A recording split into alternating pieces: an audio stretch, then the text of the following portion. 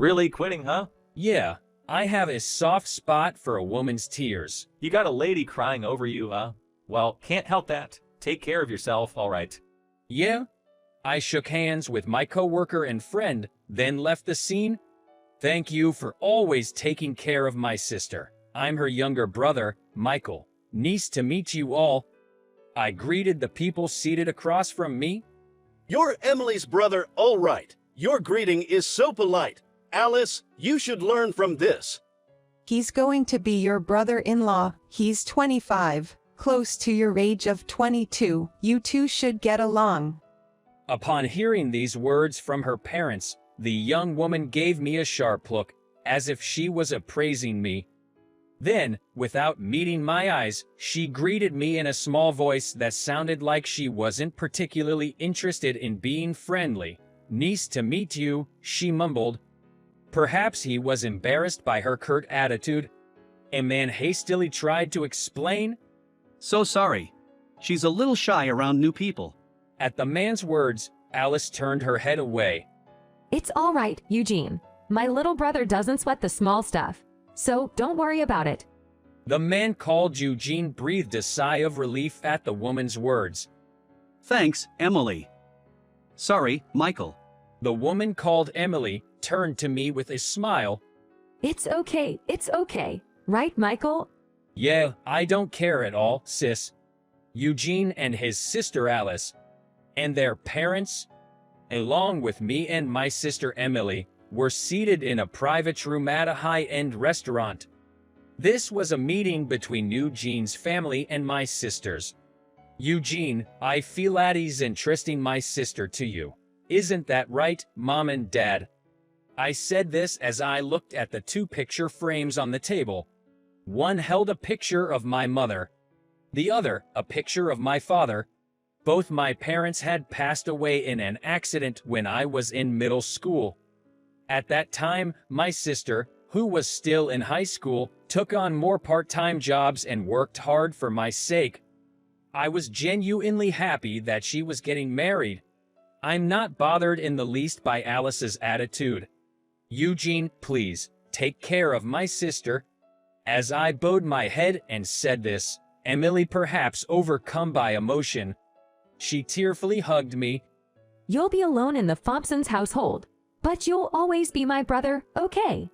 Seeing us like this, Eugene's parents also teared up. Of course, we welcome Emily into our family, but you can also consider us as your real parents, Michael. Yeah, and if you'd like, think of Alice and Eugene as your real siblings. Oh, how about this? Let's exchange contact information. Here, Alice, exchange your contact details with Michael, who's going to be your brother-in-law. At their father's suggestion, Alice grimaced and said, Come on, urged by their father, a reluctant Alice took out her phone. You don't have to force yourself, I thought, trying not to show my inner amusement, and I also took out my phone. You only need to contact me when you need something, I said, displaying my contact information QR code for Alice to scan. After a little while, I received a text message from Alice.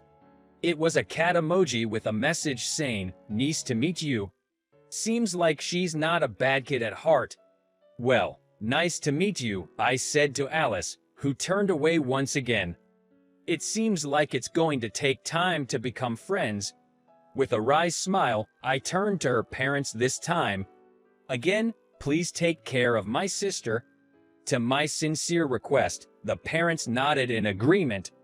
And so, it was decided that Emily would marry Eugene. The wedding went off without a hitch, the marriage license was submitted, and Emily and Eugene officially became wife and husband. Emily left the house we lived in and moved to the house where she'd live with Eugene, leaving me alone at last. Phew, finally got rid of Emily, huh? I looked around the quiet house.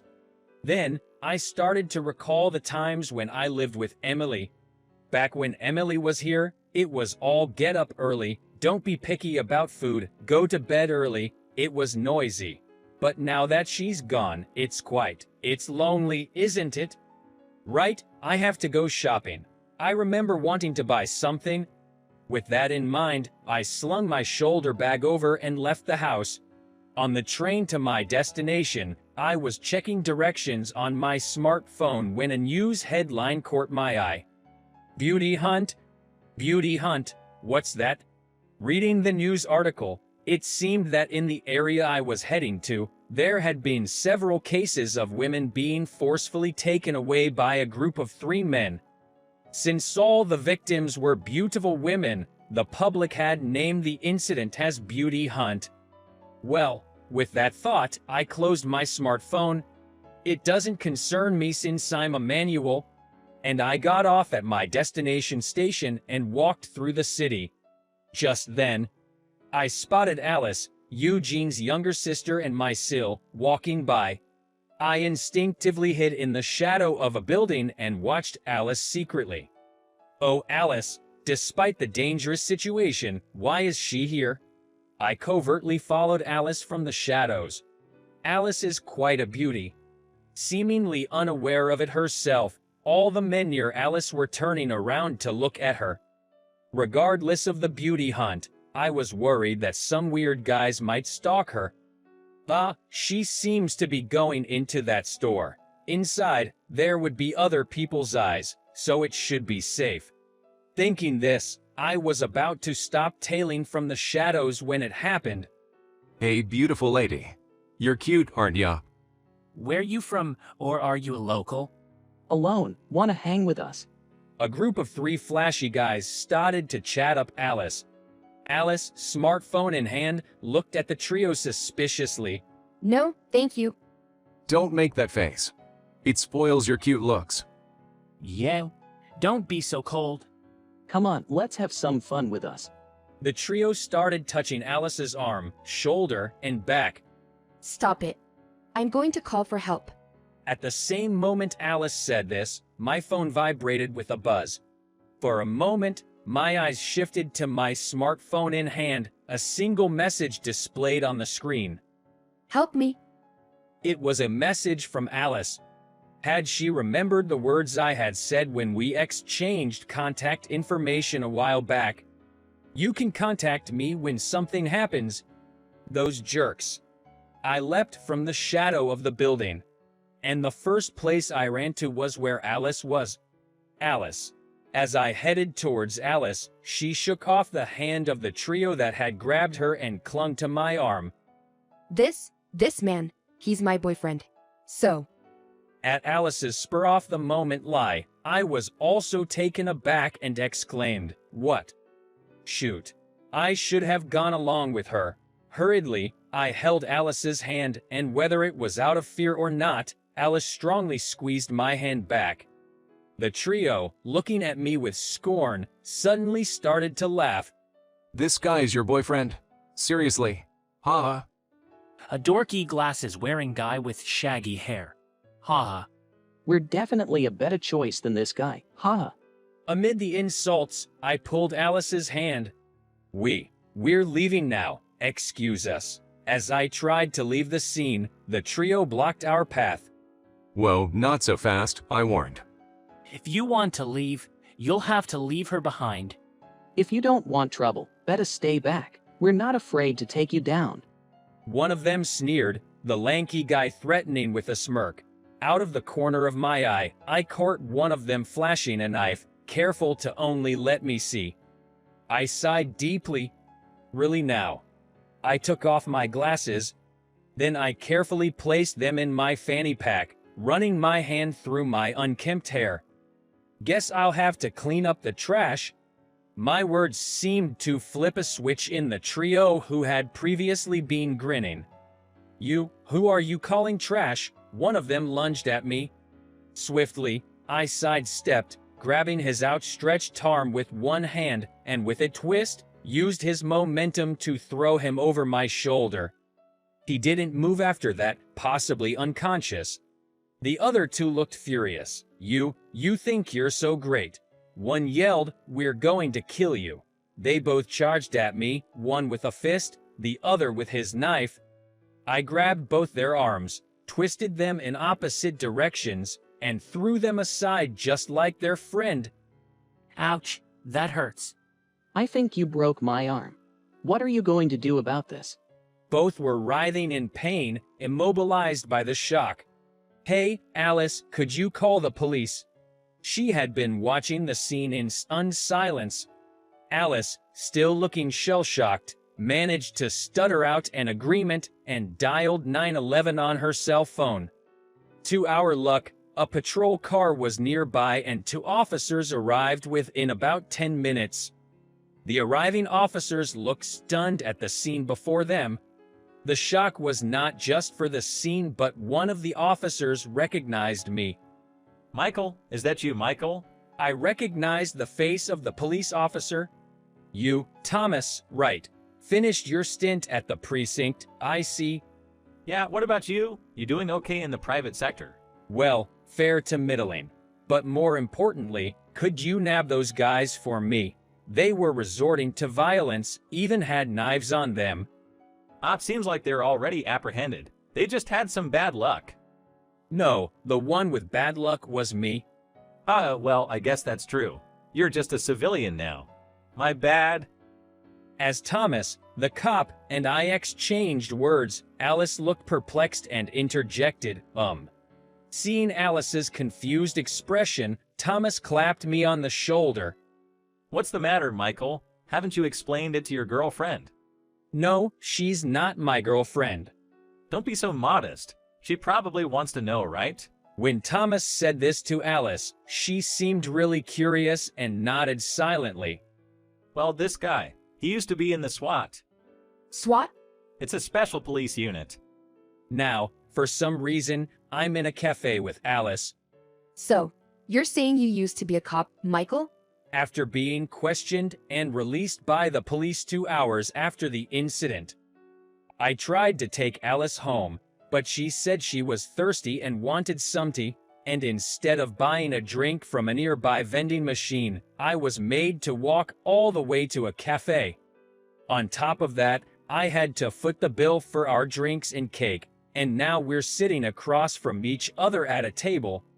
Well, yeah, that's pretty much it. I looked it up on my phone just now, and it seems like you have to be really outstanding to get into the SWAT. Why did you quit if you were so good? Well, there's a reason for that. A reason? My sister, she cried. Emily? I remembered the tear-streaked face of my sister, who rarely cries. It was a year ago. I had done well in police academy, joined the riot police for a year, and was then selected to be a member of the SWAT. 3 years after being selected for the SWAT, a horrendous incident occurred. It was a bus hijacking, and the perpetrator had a handgun.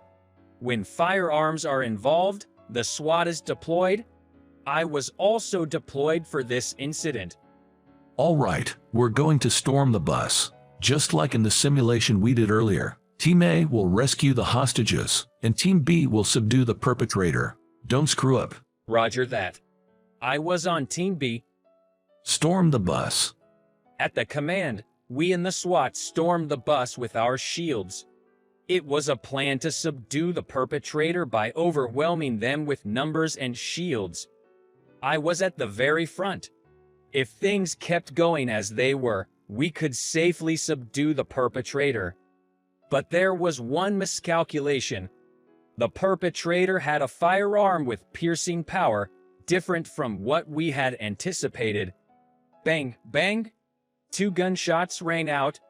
1 bullet penetrated my shield, and the other penetrated my unprotected shoulder. I felt time slow down between hearing the gunshots and getting shot. I almost fell backwards, but Thomas, who was behind me, propped me up with his shield, and I snapped back to reality. Damn, I was about to lose consciousness. Regaining my footing, I charged at the perpetrator. Perpetrator subdued. Despite 1 casualty, the hostages were safely rescued and the operation was a success. I, the injured party, collapsed on the spot as soon as the mission was over. I was rushed to the hospital and underwent emergency surgery. When I opened my eyes, there was my sister, her eyes swollen from crying. "Oh sis." But before I could finish calling her, she yelled at me, Idiot. Yeah, is that the first thing you say to your brother who's just come back from a life or death mission?" I know you became a cop, but what's with this terrible injury? I wasn't informed about this. I had no choice. It's a job I can't talk about to family. Please understand. As I asked her with a bitter smile, tears started streaming down her face.